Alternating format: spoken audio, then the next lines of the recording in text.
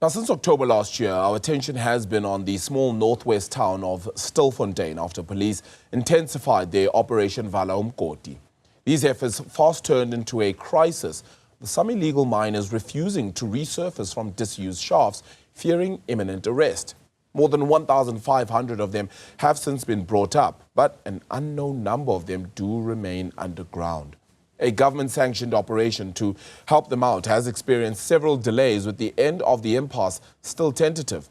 Newzroom Afrika's Ziniko Mhlaba has been monitoring all these developments for months now and joins us live this morning with the latest. Ziniko, you've certainly been following the story right through the festive season and well before. What is the latest that we have then with regards to this? Have any new miners, as said, come out from the disused shafts?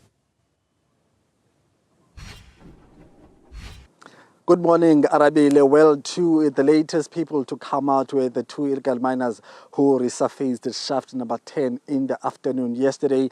And of course, they came out with some a bit worrying, concerns in terms of what they experienced. They are the ones who said that there are about 30, miners who have lost their lives underground, but also made mention of the fact that there are some, physical abuse elements which are taking place underground. But they also made a serious call for government to really, fast track the expected rescue operations due to the issue of those miners who are critically ill, who might not even survive for the next 2 days. So that's what has been happening as far as the rescue operations are concerned. However, what is more worrying, Arabile, is the stalemate now and the halting of the community rescue operations.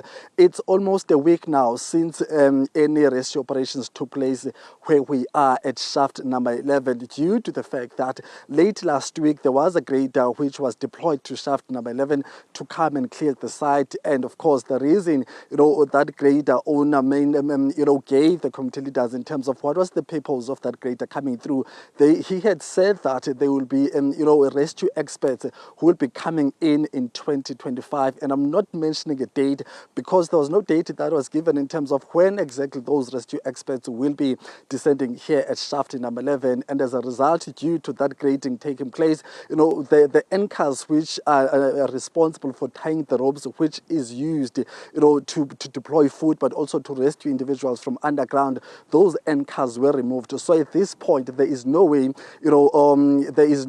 or a system that can be used now to deploy food underground, but also to try to retrieve dead bodies underground, or even those illegal miners who have been dependent on that rope to come out. So that's where we are now, at that stalemate. But I'm joined now by Mr. Mbangula from Makua, who's going to explain to us what exactly is the way forward, or what should be the way forward, considering the stalemate I just explained. Arabile, sir, thank you very much for your time. I just tried to give the context and background of where we are right now. Yeah.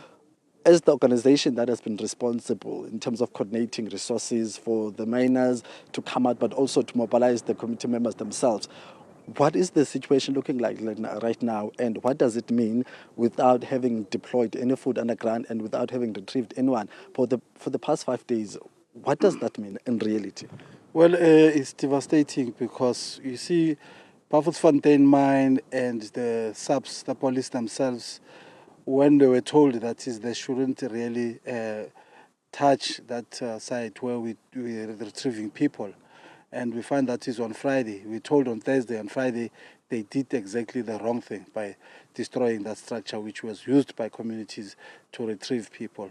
And what we are saying is you cannot cause a disaster when you don't have a disaster management. That's the problem that we are facing. And at the same time, they don't have, when they say they're going to rescue people, it's not the first time.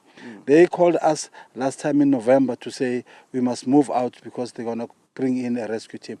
And that only they came in and put a camera, which is, we didn't get even information what is happening underground there. It's the second time where they come in and destroy the structure that is retrieving the people, and at the same time not being able to tell us when they're going to be able to to bring in the rescue team.